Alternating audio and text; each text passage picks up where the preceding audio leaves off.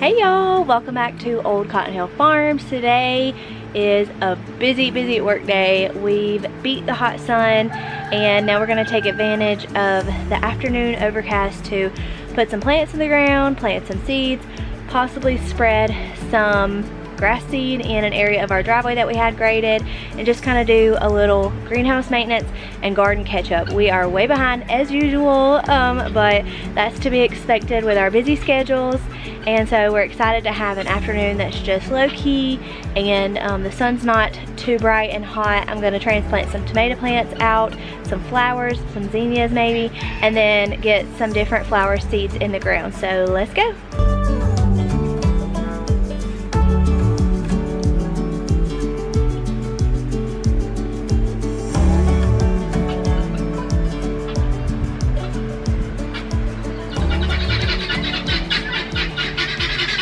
So we're in the flower garden here, and Ches tilled up the areas that I'm going to plant some vining flowers here on these trellises, and then this part will be where all of the cut flowers go. So I've got lots of zinnias, cosmos, and some other different things that need to be transplanted out. And then I've also got some seed that I'm just going to pop in the ground now that it's warm enough. I'm definitely behind on this. I really could have put seed in the ground like a month ago, but just the name of the game for us with our work schedules, with photography for me, everything just keeps us busy. So we also had to wait out 4 days of heavy rain and let the ground dry out before we could till up. But this is going to be the cut flower garden area, and then we've got our trellises here for some pretty vining flowers like moonflower. I'm going to plant some loofah there, and just some different things that'll vine up these pretty trellises. I'm here in the tomato garden, and a few videos back I talked about how we were changing things up this year. We took down all that wire that was here. Last year we had 3 T-posts in a row, and then we had strung wire 3 different times to support the tomatoes as they grew. I did like a string of twine up and just used the twine to wrap around the tomato plants as my stake essentially, and it worked great, but we didn't super love it because the wire here was like really flimsy, and it just didn't seem as productive as it could be. So we decided this year that we were going to trade the wire out for cattle panels, and we were going to run cattle panels down these rows. We have 5 of them here, and run cattle panels, and then we can use the cattle panels to either, same thing, use the twine and trellis the tomato plant to the cattle panel, or we could use like plant clips. The possibilities are endless really when we put up those cattle panels. They're going to be hard structure here. We're not going to have to worry about anything wiggling or moving, especially in like storms, and we just think it's going to be a better idea. So in order to make that happen, we have to adjust the spacing of our T-post here, and pull the middle ones out a little bit, and then pull the ones on the end in a little bit. We were very fortunate to find a ton of these cattle panels. I think these are hog panels that we just had kind of buried here and there all around the farm from back raising pigs and chickens and whatnot. We've used them for just about everything. If you have a farmer homestead, you know exactly how it is to find hidden treasure on your own farm. But we're going to use these and put them here, so there'll be 1 on each. We'll probably raise it off the ground a foot or 2-ish, just to make sure they get near the top, because last year I did have tomatoes that were even taller than these 7-foot posts. So we'll make sure that we get them up to the top, even if we have to come off the ground a foot or 2, and that will be our new tomato trellising. So we're going to measure out and see and decide on the spacing now.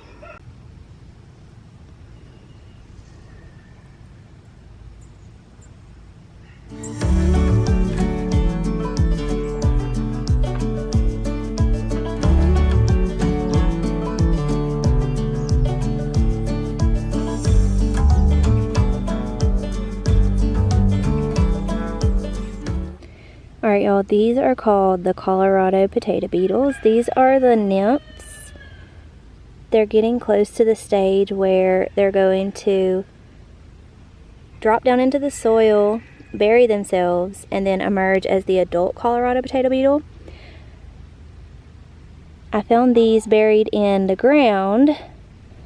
Probably got tilled in whenever we cut grass and tilled in the tomato garden. And so obviously one of their food sources is a potato. potato plants, but another is horse nettle. So this is horse nettle, and it is a little sticky briar plant, but it's one of their food sources. They'll lay their yellow eggs under the underside of the leaves of potato plants and the horse nettle. Their nymphs right here and their eggs are very similar to ladybugs. What you'll see that's different about these and ladybugs is that these are not, they don't look like little alligators like ladybugs do. So they're more rounded. But I'm gonna take you over to my potatoes and show you something pretty cool. So last year we planted our potatoes right here off the greenhouse. We had rows in this little patio area and they grew okay, but because we just have this really, really hard Georgia red clay, it didn't work out as good as it could have. So this year we did these milk crates, and then we also did an experiment with this big 55-gallon drum. So because we planted potatoes in containers this year, we used the composted peanut hulls and then some other composted mulch and some old hay bales that we had so that we didn't have to worry about grays on. And we used that to build up the soil in each of the milk crates and in the barrel here, and it worked out really good. The potatoes grew awesome. Some of them are even growing out of the sides of the milk crates. My idea originally was to stack these, but I had to have them individually to plant the potatoes in them, and once the potatoes started growing, I just realized it was a lot easier to continue to fill the milk crates when they were on the ground, because whenever you plant potatoes, you want to, every time you see the green popping out of the soil, you want to cover it up over and over and over again. So these started down here, covered them up until they got to the top. And I did that with all of them. I think I missed like one over there, getting it all the way full. And then the same thing with the barrel. So the barrel, we started in the bottom and we got about 3/4 of the way, which it's packed down now because we've had a lot of rain. But we got about 3/4 of the way, and then I just kind of dropped the ball and didn't get it finished. But the idea is cover your green up so that your potatoes, the root part, has more area to grow more potatoes. So in doing that, we had to use compost and organic materials that were not our soil. So these were things that had a lot of nutrients, good bacteria, really built up microbiome, and that means healthy soil. So this year was very different from last year because I have only found 2 adult potato beetles, about 2 or 3 nymphs, and 1 set of eggs on my potatoes. And I actually found the set of eggs today along with one of the adults. But the potatoes are so healthy. They're not being eaten alive. There's like hardly any pest pressure at all. This is about the extent of it, and I'm pretty sure that's like a grasshopper. They're so healthy.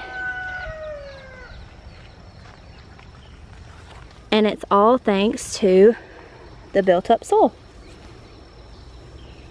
So I want to go into this deeper in another video when I can sit down and pull out my research, when I can name the scientists that were part of discovering this.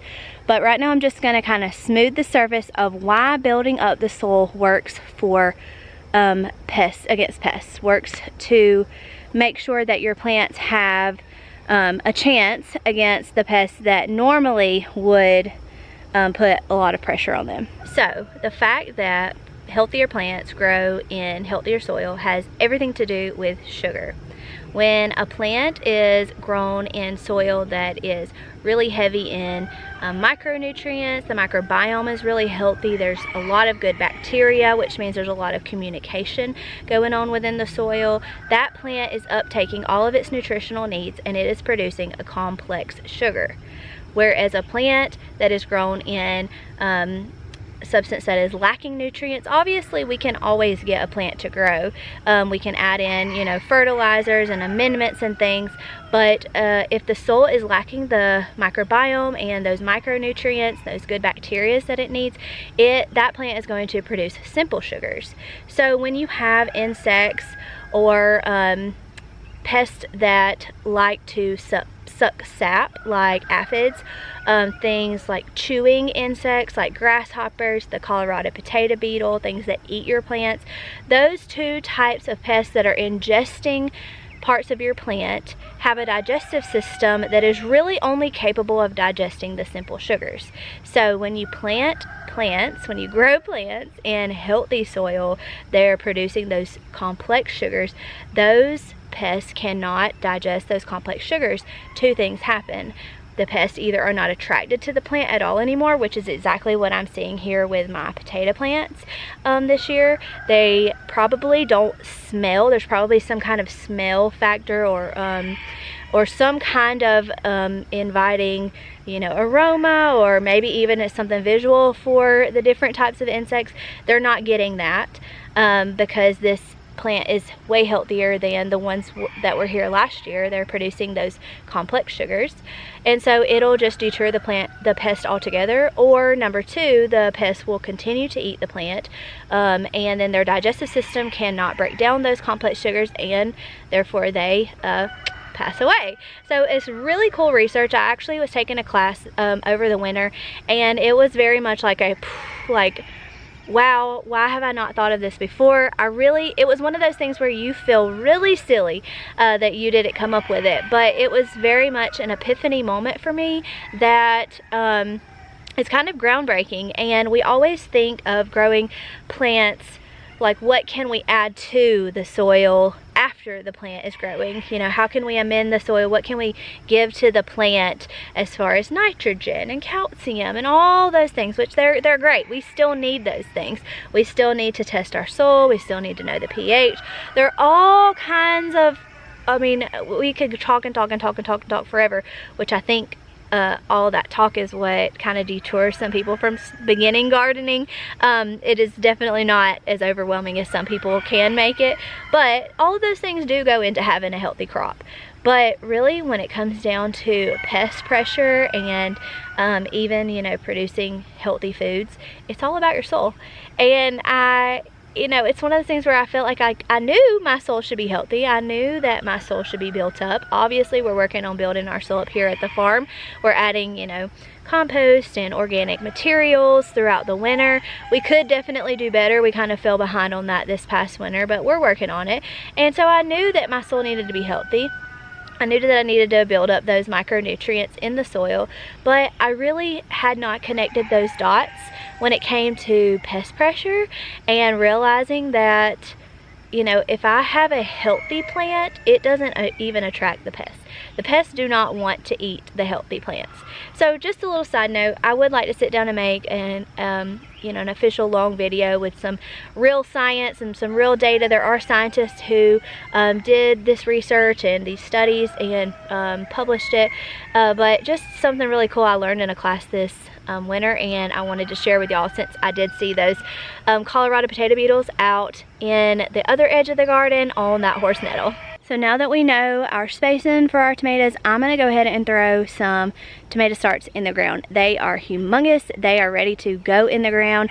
I have sold all the tomato starts that I'm going to sell at plant sales. I think we did 5 plant sales this year. Super successful compared to last year. So proud of myself about that, but everything that's left is on me to plant, so I'm going to go ahead and start throwing some plants in the ground now that I know where the T-posts and the cattle panels are going to be. This is the tiniest slug I've ever seen.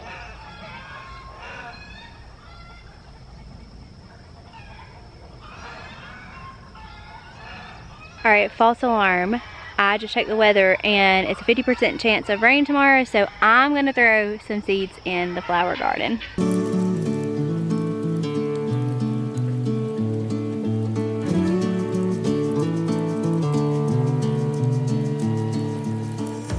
Alright y'all, So my flower garden is separated into 4 parts. Up here in the top part, I'm going to save that for all of the zinnia starts that I've already started. I have some big Oklahomas started, and then I just have a big mixture of all different kinds of zinnias. But there are already plant starts in the greenhouse that are ready to go out. So I'm going to save this bed for all of those and just direct transplant those from their pots into the soil there. Then I have 3 other beds. So in the second bed here, I'm going to be doing some straw flower. I have a king size silvery rose straw flower from Baker Creek, and then I just have a Burpees Tom Thumb straw flower, which I think are like little miniature ones. That'll be super cute. I have some snapdragons from Botanical Interest, and then some celosia and coxcomb, both from Botanical Interest and Baker Creek. And these are in the same family, but just super pretty variety of things that you maybe don't normally see in a cut flower garden, but are good for cut flowers. In the third bed, I'm going to do some Swan River daisies from Baker Creek, some Love in a Mist mulberry rose, Baker Creek, and then some Gomphrena lavender lady from Botanical Interest. And then in the last bed over here, I'm going to kind of mirror my first bed, so it's going to have some zinnias and cosmos in it, along with some salmon aster. I did start these in the greenhouse, but they did not do very well, so we'll try direct sowing and see what happens. Some more zinnias. I have some bachelor buttons from Botanical Interest. And then these apricota cosmos, I did start a few of these in the greenhouse, so I'll also transplant these out, maybe into that top bed, but I'm going to direct sow a few too. These are super pretty. And then I just have some Burpees, other cosmos, some Bright Light, some Sensation Mix, kind of your typical cosmos that you normally see, and then some more Bright Lights from Botanical Interest. So super excited to get these in the ground, because hopefully, fingers crossed, it will rain tomorrow and water all of the seeds in. Now I've taken a mason jar. It was a little bit wet inside, so I just threw some dirt in there and like shook it around to kind of help dry it out.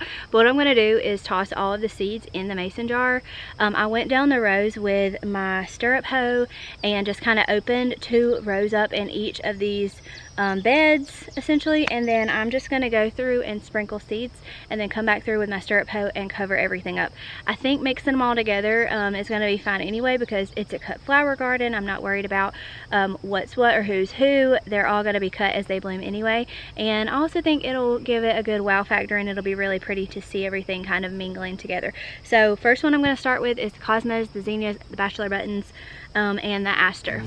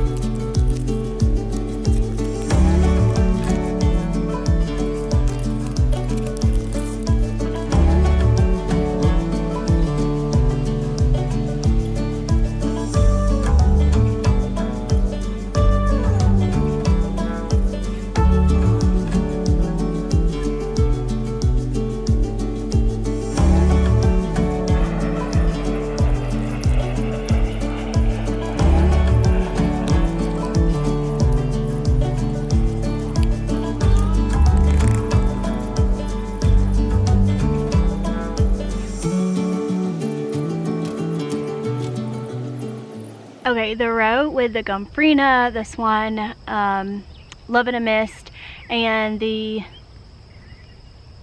Swan River Daisy did not have many seeds at all. So I only went down 1 row of the 2 that are in that bed. So I'm going to go hunt tonight for some more seeds to put in the other side. But that one's only going to have 1 row with those 3.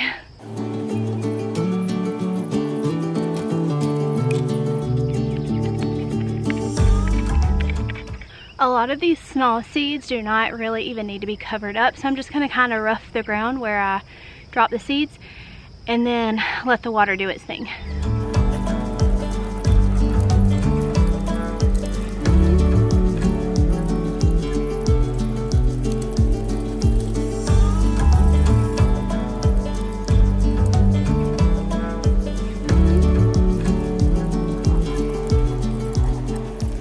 Alright, let's cross our fingers that that works. It rains everything in and we get a successful cut flower garden this year. Alright, I've got my water hose pulled down here, so while I've got the sprayer on it, I'm just going to wet the ground and hopefully it'll kind of help the seeds settle in. Maybe the birds won't notice them as much, help them kind of get into their growing position, and then we'll cross our fingers that we'll get some good rain tomorrow.